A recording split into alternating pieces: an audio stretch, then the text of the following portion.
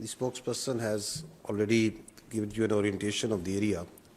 So if you see the first slide, if you can go to the first slide, I'll just tilt a bit so that I'll be able to go along with you. If you can go to the map slide. If you see, this is the, if this is the crore distance from the Badori Bulge at the place, it is approximately 100 kilometers. And on the road and tracks, it is more than 200 kilometers. But that is from the tip of the Badori Bulge. From any nearest Pakistani town, that says Bagh, it's even much more. Through facts of this incident rather than the allegations that are being made. So if the allegation is that it's the Pakistan-based so-called terrorists did this incident, then you need to be cognizant of where it lies, how far deep it is inside the illegally occupied Jammu and Kashmir. If you see the terrain on this map slide, you will see that it's quite hilly. It's not the sort of terrain which is very friendly, and not a sort of terrain where the all-weather fair roads exist. It's mostly on 4x4 and the horseback that the travel is being done over there. If you go to the next slide, so there's a track, then comes the road. So approximately, if you see, it takes about, we can estimate that about 30 minutes for someone to move from the incident site to the police station. So if the incident, as per the FIR, was from 1350 and it is 1420 hours, so how it was humanly possible that within 10 minutes, the police was there, evaluated the situation, went back and registered the FIR. And if we see this FIR closely, there are 3 points. The time factor, the time aspect has been, I think, repeatedly, clearly enunciated. There are 2 more things that I would like to draw your attention. That the FIR lodged after 10 minutes states that these were across the border. The handlers of this incident were across the border. So they established it in 10 minutes. While the incident was going on, before that, the intelligence or the security was so, we can say, flat that the incident happened, there was no intelligence, but within 10 minutes, they had such complete intelligence that they were established that it was across the border handlers. And secondly, it says over there that there was indiscriminate firing.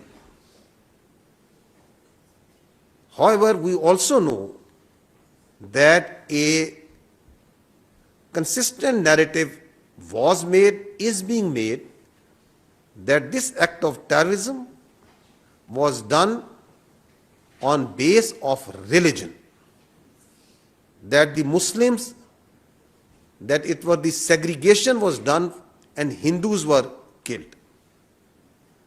So I would request if you can go to the next slide. Now, if you please see this clip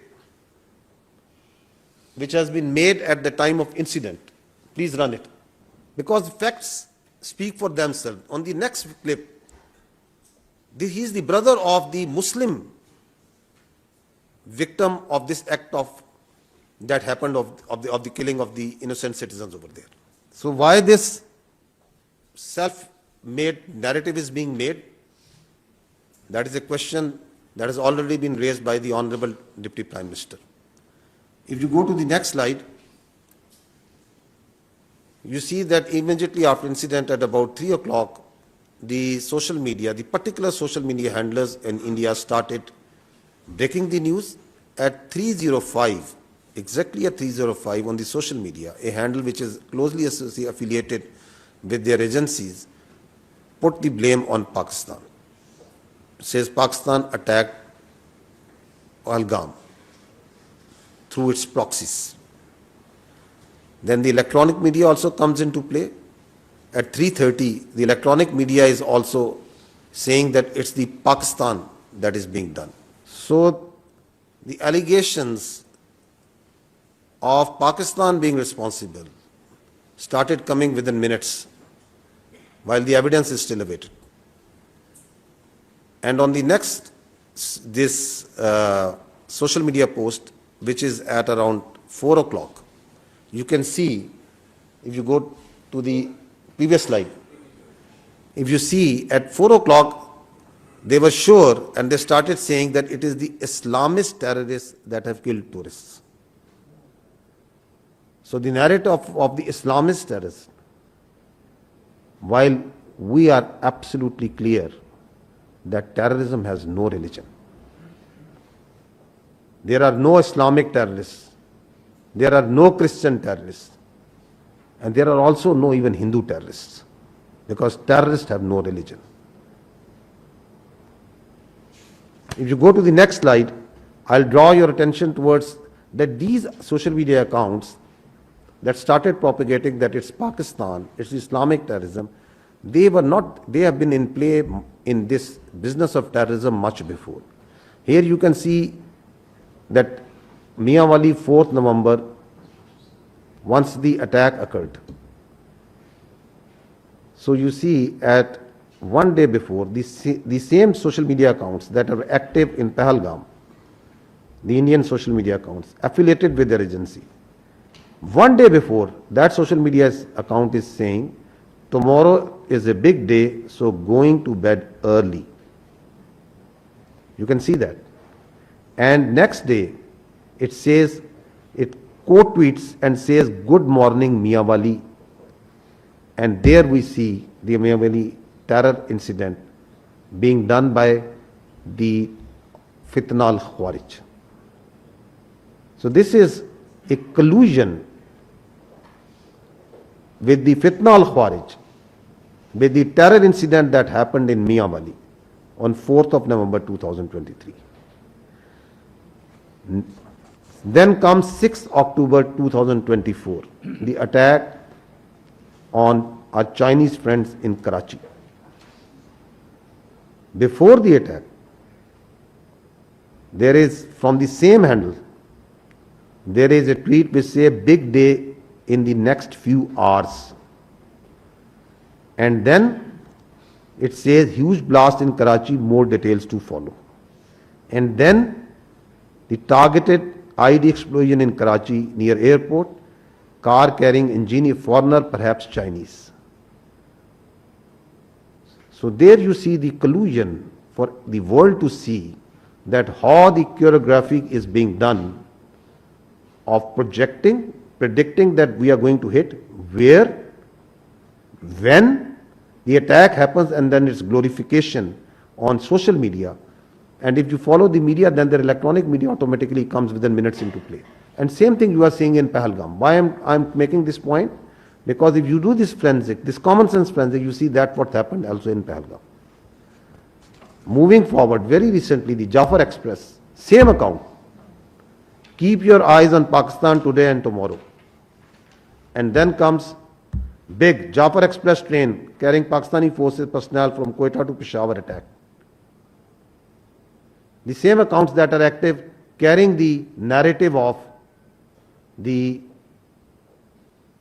Islamist terrorists, Pakistan being responsible, on play over here. But let's see, if we want to understand what happened at Pahalgam, that what are the people there in India and Kashmir saying. Let's see what they are saying, who are actually over there.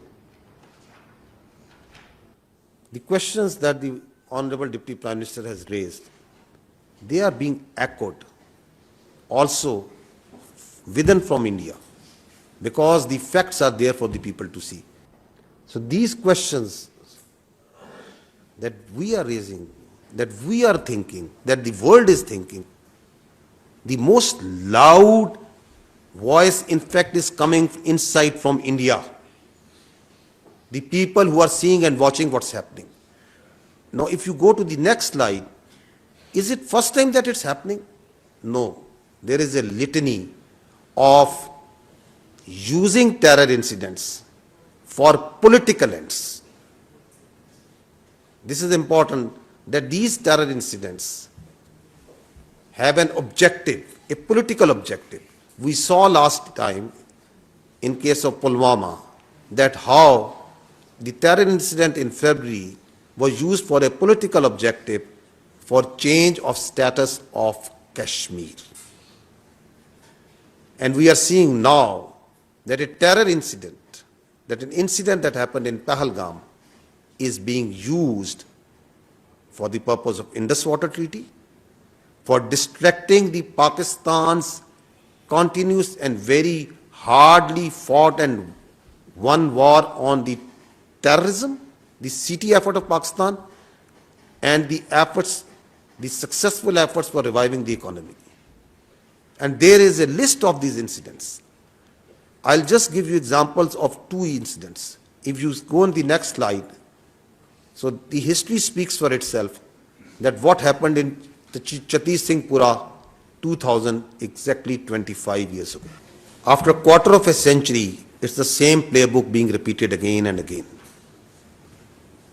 Using incidents like Pahalgam, like Chatti Singhpura, like Pulwama for political objectives.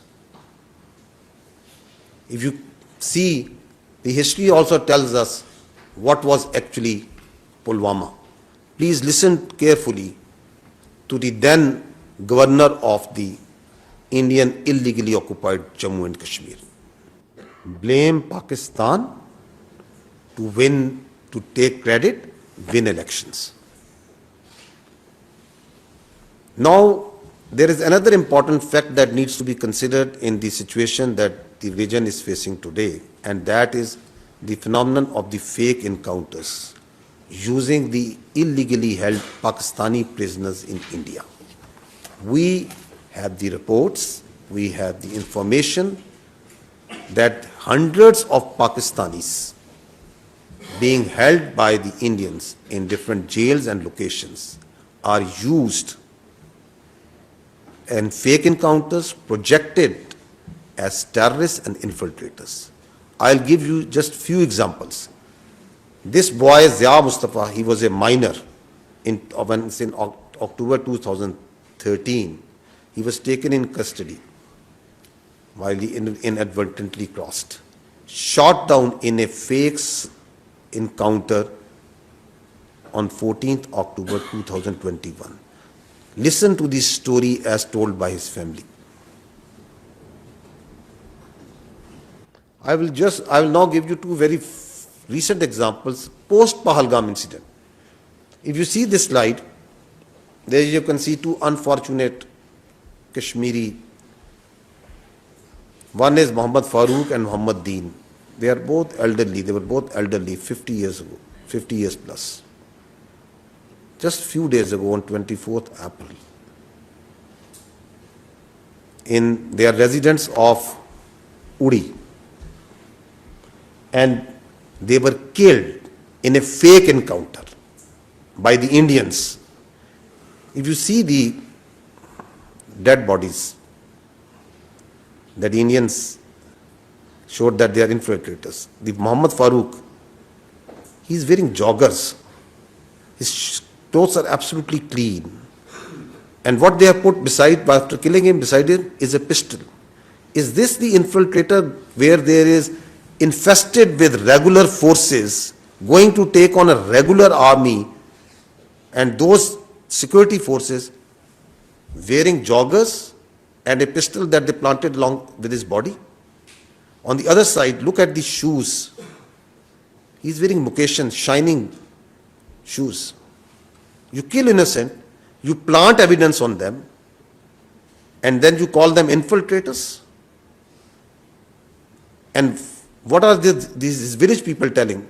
That are they terrorists? Are they infiltrators? Listen to them. This is what they are trying to fabricate even after post-Pahalgam, that the Pakistan is sending infiltrators and terrorists. You kill innocent people yourself. You plant weapons, and then you claim them as infiltrators. You claim them that the Pakistani security forces have sent them. ask yourself that who is doing state-sponsored terrorism over here. Next example. This is 23rd April, just few days ago, a fake encounter that happened in Kupwara. Please hold your breath and see what they do once they are planting, once they are making that bodies, how they mutilate those bodies. These are soldiers of a professional army, hacking the head of a body of an innocent person and showing that these are the terrorists. This happened on 23rd of April in Kupwara. And that's why, if you go to the next slide, once you keep on seeing on the Indian media and their so-called evidence that this person has been found and this person has been found, from where are these persons coming? These are these Pakistani citizens, the Kashmiri citizens, who are held in different jails, in different locations. Like that poor boy Zia Mustafa and many other incidents that are on record, who are brought out of the jails, killed in fake encounters, tortured, forced to give confessional statements, posed as terrorists. This is the facts, this is the reality of what's going on behind all these incidents. Next, I would like to say few words and take a few minutes on the state-sponsored, the Indian-sponsored and abetted terrorism in Pakistan. Let's start with what the Indians themselves say about it. The leaders of multiple terrorist groups operating in Balochistan, who having after surrendered, are revealing in detail that how they were funded, they were helped, and how their sponsorship was done by India. In the next slide, you can see a terrorist operating and sponsored by India, Aslam Machu in Indian hospital, and an Indian provided passport of Afghanistan office. In next slide, you can see that once the Jafar Express happened, the internationally recognized terrorist organization BLA, his spokesperson, where was he sitting? He was sitting on Indian channels, wearing a mask, coming on multiple Indian channels, and glorification of a terrorist sect, which, by the way, the state of India has not shown any concern or condemned so far. And they are glorifying it, taking its spokesperson over here. This is again very interesting. This footage that the Indian TV channels showed was made by the terrorists once actually the Jafar Express ID was blown. So this was only available with terrorists. And who are the first electronic channels who started showing it? It's the Indian channels, which are not related to the incident, being used to show that terror incident has been. So this is vehement, clear glorification of terrorism being done in Pakistan. If you move to the next slide, you will find that not long ago, it was Pakistan, as repeatedly has been telling this, and this is the evidence that Pakistan put in front in this room on Indian sponsored and abetted terrorism in Pakistan once the transnational killings of Pakistanis was done. And is it only restricted to Pakistan? No, it's not. It's transnational. Listen to what the other parts and the leaders of the other countries are saying. So once we say that we have got nothing to do with Pahalgam, and once we say the only way out is an independent, credible, transparent investigation, we have strong reasons, empirical evidence and facts on the basis of which we are saying. Now, see, if you come to the next slide, if you remember that once the National Security Council issued its declaration on 24th April, it clearly said that Indian attempts to inject volatility in the environment along Pakistan's eastern border is aimed at distracting Pakistan's counter-terrorism efforts. And on night 25th, 26th, within 48 to 72 hours, its manifestation was clear. The largest tashkeel of fitna al-Khawarij terrorists was taken down. 71 were sent to hell. This proxy of the Indians, the largest tashkeel, was launched, and alhamdulillah, the Pakistan security forces and the intelligence agencies, being vigilant, took them down. Because we have credible intelligence that Indians, post-Pahalgam, have tasked all their proxies to undertake terrorist acts everywhere in Pakistan. Whether these proxies are operating in Balochistan and along the other parts of Pakistan. One of the clear evidence of these proxies and these cells I presented in detail yesterday. Just to refresh your minds, I am going to request you to listen to just one audio of a serving major of the Indian Army talking with a terrorist whom he is handling inside Pakistan. So what all we are showing you here, that independent, transparent, neutral, credible investigators, if they see this, this is what they need to see. This all is verifiable. This all is there for to see. It can be forensically checked that there is this serving Indian major. And this is few days ago. And if you listen carefully, what is he saying? He is saying we are operating a terror network from Lahore to Balochistan. He is saying we are here for years and we are going to be here for years. He is saying money is no problem. If this small terror cell, that one-man cell, he is offering him millions and giving him millions. Just imagine how many billions are they ready and are they paying to fitna al-Khawarij and the terrorist organizations operating in Balochistan as their proxy. Just imagine that how much money is being paid over there. And is it not a clear, vivid example of what actually terror financing means? This is for the world to see. This is for the world to check.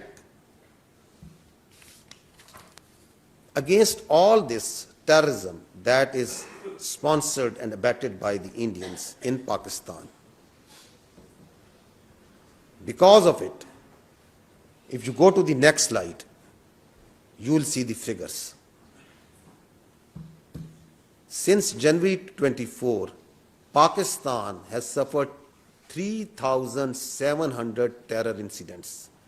And you talk to us about your incidents that are happening without any evidence, and you put those incidents blame on Pakistan. There is verifiable evidence that there are 3,700 incidents of terror that are happening over here. We have shown you a few parts of that how is it happening, who is sponsoring them, who is glorifying them, who is abetting them. In these incidents, the people of Pakistan has suffered 3,896 casualties. There are 1,314 shaheeds, civilians, law enforcement. There are 2,582 injured. And against this, your law enforcement, your security forces, intelligence, armed forces are waging 192 operations per day. We have killed more 1,666 terrorists. This is these terrorism that has been abetted and sponsored by India. It's for the whole world to see, we feel it, its effects. And here we must be cognizant that Pakistan is the last bulwark that is standing against this scourge of terrorism, of this creeping, perverted ideology, which is getting its notion of victory somewhere else.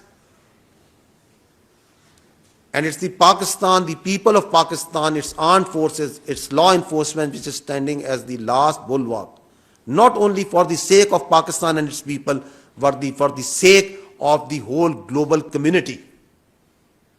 Just imagine if this creeping, perverted ideology takes its root in a country of 240 million plus, what sort of disaster consequences it will have for the whole world.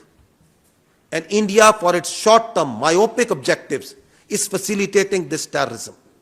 It's abetting this perverted, creeping ideology. Why? For its short-term political objectives. So this is important to understand. Now, a few words about the oppression that is going on with the Muslims and in Kashmiris. We're not going to talk about what's been happening for last more than 70 years. I'm just going to show you what's happening since Pahalgam. Please watch this.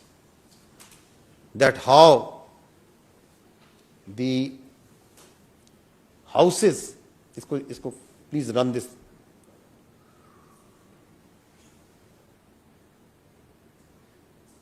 That how the houses are being bulldozed, blasted. There are more than 50 houses in Kashmir alone have been bulldozed and blasted on flimsy charges of being affiliated or being part of the Pahalgam. More than 2,000 people have been taken into custody. Thousands are being harassed. This is what's happening right now. I talked earlier that there is a planned and choreographed campaign of Islamist terrorism, but the facts speak differently. This is what some sane people are saying, that the tourists who came in taxis belonging to Muslims, they stayed in hotels owned by Muslims, they ate food cooked by Muslims, they rode ponies owned by Muslims, they did trekking guided by Muslims. When terrorists started their attack, they were covered and protected by Muslims. The first person to die defending was a Muslim, and you heard his brother. Did you not hear his brother? The first person who died protecting those tourists. I'm trying to make you understand that what these saner people over there, they are saying they were the first who came to help for Muslims. The pony owners, the riders, the plow-back riders, first aid and rescue was done by Muslims. Ambulances were driven by Muslims. They were treated in hospitals by Muslim doctors and nurses. And everywhere on social media, we see that all Muslims are terrorists. So this is the orchestrated narrative that is being played. Now see this Muslim MLA from Bihar. Please now run this. Who raised his voice against this Muslim discrimination. So if you speak otherwise, go to jail, even if you are an MLA.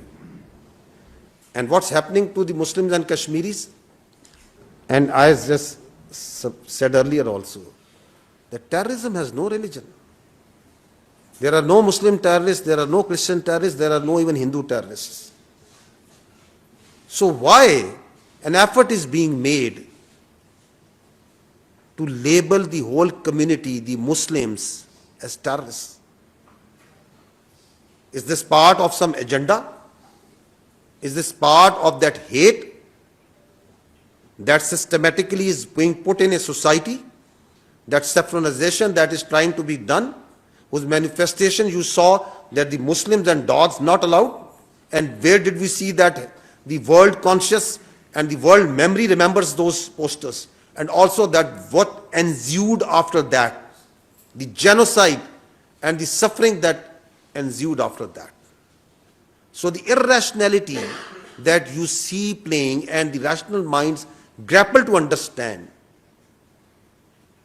it stems from somewhere perhaps over here.